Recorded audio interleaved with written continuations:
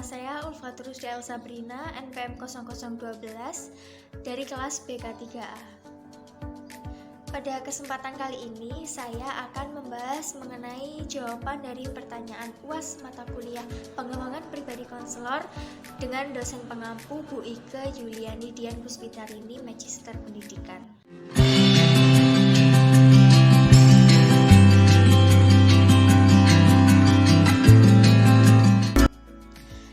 Untuk yang pertama, yaitu mengenai cognitive complexity. Apa sih cognitive complexity itu? Jadi, cognitive complexity adalah salah satu ranah dalam taksonomi pendidikan. Secara umum, kognitif diartikan potensi intelektual yang terdiri dari tahapan.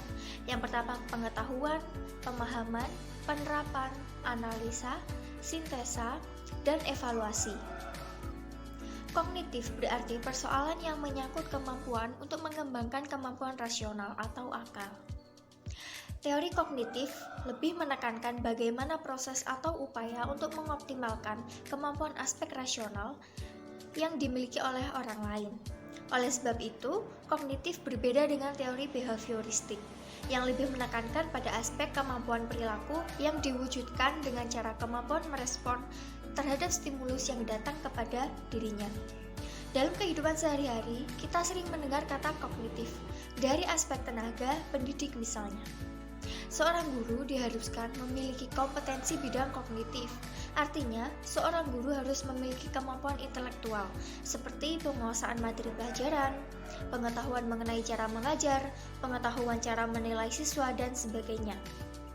Jadi, kesimpulannya yaitu cognitive complexity adalah nalar atau proses berpikir, yaitu kemampuan atau aktivitas otak untuk mengembangkan kemampuan rasional oleh konselor, di mana konselor harus dapat melihat suatu persoalan secara utuh. Kemampuan dalam memaknai suatu persoalan secara menyeluruh tidak hanya terfokus pada unsur sebab akibat saja.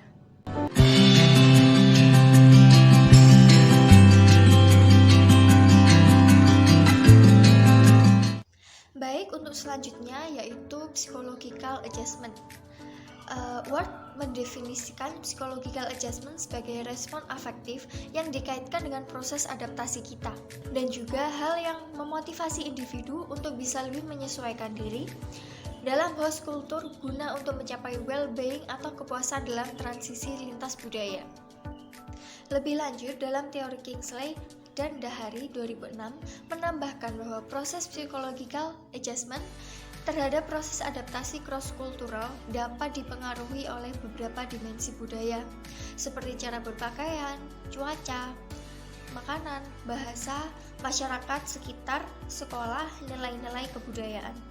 Yang dimaksud dengan nilai-nilai kebudayaan di sini adalah nilai-nilai yang disepakati dan tertanam dalam suatu lingkungan masyarakat, yang mengakar pada suatu kebiasaan, kepercayaan, simbol-simbol dengan karakteristik tertentu yang dapat dibedakan satu dan lainnya, dan juga berperan sebagai acuan perilaku. Psychological adjustment dikreditkan dengan memperkenalkan istilah culture shock, melihatnya sebagai penyakit pekerjaan yang diderita oleh orang-orang yang diperkenalkan secara tiba-tiba ke budaya yang sangat berbeda dari mereka sendiri.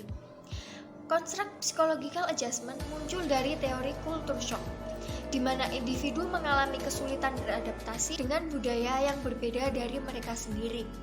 Seperti pada tekanan akulturatif, culture shock dimanifestasikan sebagai kecemasan, kesedihan, penolakan terhadap budaya host kultur, dan isolasi sosial. Dari berbagai definisi menurut para ahli, maka dapat disimpulkan bahwa psychological adjustment yaitu proses psikologis berupa respon afektif untuk mengatasi tantangan dan memenuhi kebutuhan dalam kehidupan sehari-hari, dalam kehidupan host kultur agar dapat mencapai kesejahteraan.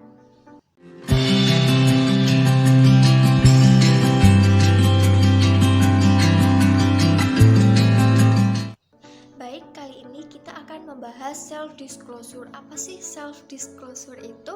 Jadi self-disclosure merupakan tipe komunikasi di mana informasi tentang diri yang normalnya disimpan atau dirahasiakan, tetapi justru disampaikan pada orang lain. Menurut teknik jendela Johari, Pengetahuan tentang diri akan meningkatkan komunikasi dan pada saat yang sama berkomunikasi dengan orang lain akan meningkatkan pengetahuan tentang diri kita. Dengan membuka diri kita akan mendekati kenyataan dan bila demikian maka akan cenderung lebih terbuka dengan orang lain yang pada gilirannya akan menerima informasi dan pengalaman serta gagasan baru dari siapapun juga. Teknik Johari Window juga dapat disebut sebagai teknik yang mengkondisikan seseorang untuk mau berinteraksi dengan orang lain dengan menerima umpan balik dan berbagi dengan apa yang diinginkan agar seseorang mendapatkan informasi tentang dirinya sehingga seseorang itu dapat memahami dirinya, mengetahui kelebihan dan kekurangan pada dirinya.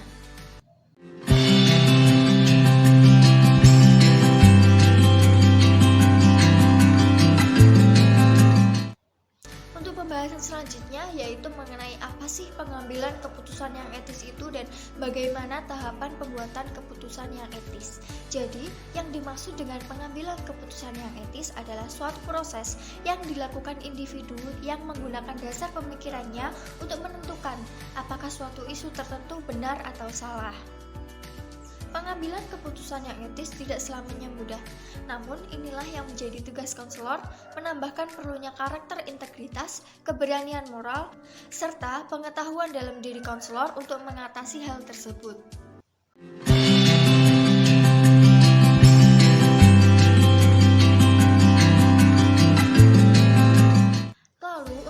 Pembuatan keputusan yang etis, di sini ada dua model, yaitu yang pertama model ethical problem solving board. Nah, yang pertama ada menghasilkan deskripsi singkat tentang permasalahan atau dilema. Yang kedua, mempertimbangkan siapa yang bertanggung jawab untuk menyelesaikan masalah. Yang ketiga, mempertimbangkan semua ketika yang relevan dan bimbingan yang legal. Yang keempat, mengidentifikasi semua kemungkinan jalan tindakan. Dan yang terakhir, mengevaluasikan hasilnya. Dan model yang kedua yaitu model ethical decision making Corey. Yang pertama ada mengidentifikasi permasalahan. Yang kedua menerapkan pedoman etik. Yang ketiga menentukan sifat dan dimensi-dimensi dan mencari konsultasi. Yang keempat menghasilkan berbagai kemungkinan rangkaian tindakan. Yang kelima mempertimbangkan berbagai kemungkinan konsekuensi dari semua opsi dan menentukan rangkaian tindakannya. Yang keenam mengevaluasi rangkaian tindakan yang dipilih. Dan yang terakhir mengimplementasikan rangkaian tindakan tersebut.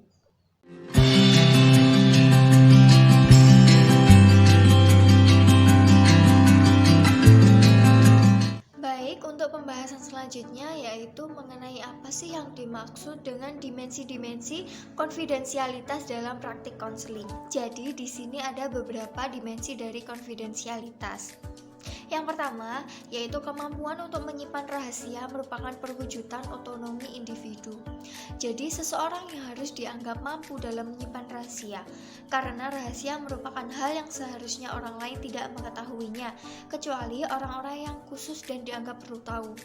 Jika seseorang itu tahu dan dia membeberkan konfidensialitas tersebut, bukan hanya pihak lain yang dirugikan, tetapi bisa juga menimbulkan permasalahan bagi dirinya sendiri, baik dalam waktu jangka pendek maupun waktu jangka panjang. Yang kedua, bahwa setiap orang itu butuh ruang pribadi. Setiap manusia membutuhkan ruang di mana dalam ruang itu cukup hanya dirinya saja yang tahu. Tidak perlu orang lain mengetahui apa yang diketahuinya. Karena itu merupakan ruang pribadi bagi diri sendiri yang mana itu kita anggap penting untuk diri kita sendiri, untuk tidak mengatakan pada orang lain. Yang ketiga yaitu konfidensialitas menumbuhkan rasa saling percaya. Dalam hubungan, apabila ada konfidensialitas ini, maka dalam hubungan itu akan ada kepercayaan tercipta. Karena selama ini konfidensialitas yang kita tahu tidak kita katakan atau publis yang membuat orang lain itu percaya kepada diri kita. Yang keempat yaitu konfidensialitas penting untuk mencegah tindakan menyakiti orang lain. Konfidensialitas ini sangat penting apabila publish mengetahui sesuatu hal yang menjadi privasi diri bukan hanya menimbulkan masalah, malu bahkan bisa menyakiti orang lain karena privasinya telah bocor atau orang lain telah mengetahuinya.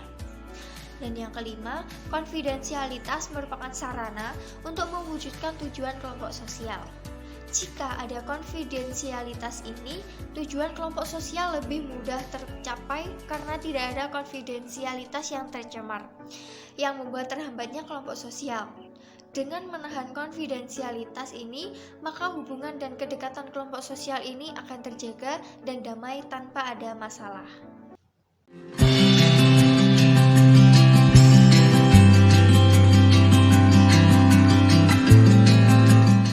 Selanjutnya, kita akan membahas kepribadian konselor yang seperti apa sih yang diperlukan untuk mewujudkan konseling sadar budaya.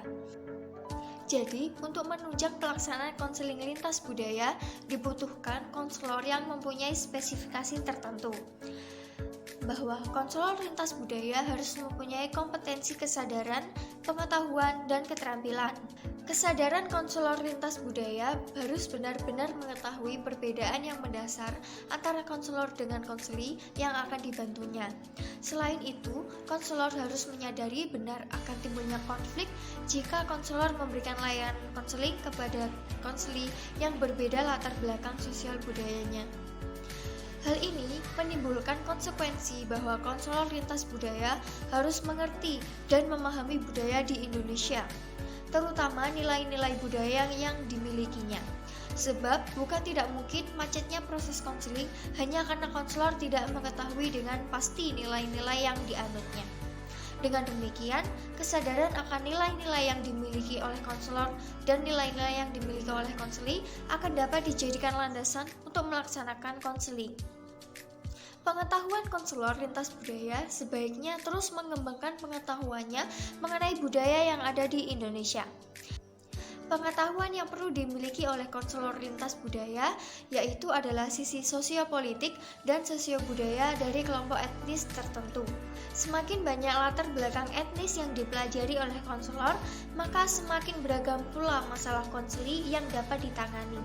Pengetahuan konselor terhadap nilai-nilai budaya yang ada di masyarakat tidak saja melalui membaca buku atau hasil penelitian saja, tetapi dapat pula dilakukan dengan cara melakukan penelitian itu sendiri. Hal ini akan semakin mempermudah konselor untuk menambah pengetahuan mengenai suatu budaya tertentu.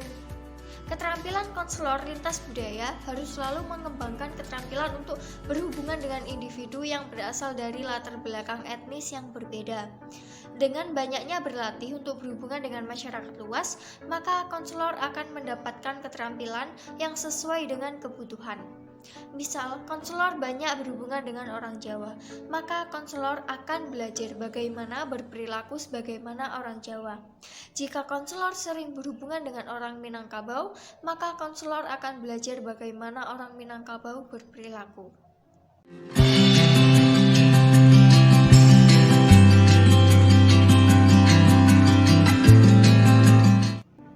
Baik, untuk pembahasan selanjutnya yaitu mengenai apa sih prasangka dan stereotip dalam konseling multibudaya. Jadi, prasangka merupakan anggapan dan pendapat yang kurang menyenangkan atau penilaian negatif yang tidak rasional yang ditujukan pada individu atau suatu kelompok tertentu sebelum mengetahui, menyaksikan, menyelidiki objek-objek prasangka tersebut. Prasangka erat kaitannya dengan stereotip. Jadi, stereotip adalah sebuah pandangan terhadap seseorang atau kelompok, kemudian pandangan tersebut digunakan pada setiap anggota kelompok tersebut. Stereotip bisa benar juga bisa salah. Pandangan seseorang terhadap suatu suku bisa saja benar digunakan untuk menggambarkan individu dari suku tersebut. Namun juga bisa salah karena tidak semua orang dari suku tersebut sama. Stereotip muncul karena individu suka mencari kesamaan pada suatu keadaan tertentu dan tidak dapat menilai dan mengalami sekaligus dua hal yang berbeda di tempat yang berbeda secara bersamaan. Dengan demikian, stereotip merupakan cara ampuh untuk melihat keadaan dengan cara yang efisien, yaitu dengan cara mencocok-cocokkan. Stereotip sendiri sudah ada sejak zaman purbakala. Stereotip merupakan faktor yang secara otomatis dapat membentuk prasangka.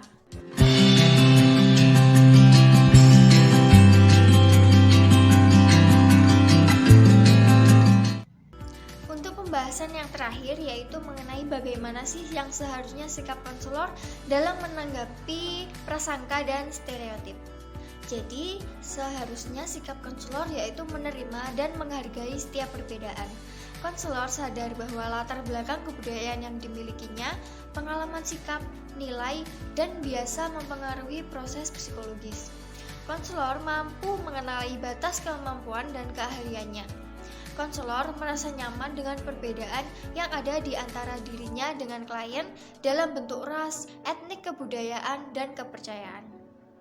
Yang pertama, konselor memiliki pengetahuan tentang ras dan kebudayaannya sendiri dan bagaimana hal tersebut mempengaruhi secara personal dan profesional pandangannya tentang normal dan abnormal dan proses konseling. Yang kedua, konselor mengetahui dan memahami bahwa tekanan, ras, diskriminasi, dan stereotip mempengaruhi mereka secara personal dan dalam pekerjaannya. Dan yang terakhir yaitu konselor mengetahui dampak sosialnya terhadap orang lain. Pengetahuan mereka terhadap perbedaan komunikasi, bagaimana gaya komunikasi ini mungkin akan menimbulkan perselisihan atau membantu perkembangan dalam proses konseling pada konseling minoritas, dan bagaimana cara mengantisipasi dampak yang mungkin terjadi pada orang lain. Baik, mungkin itu saja yang dapat saya sampaikan. Apabila ada kurang lebihnya, saya mohon maaf yang sebesar-besarnya, dan semoga kita semua diberi kesehatan oleh Allah Subhanahu wa Ta'ala. Baik, wassalamualaikum warahmatullahi wabarakatuh.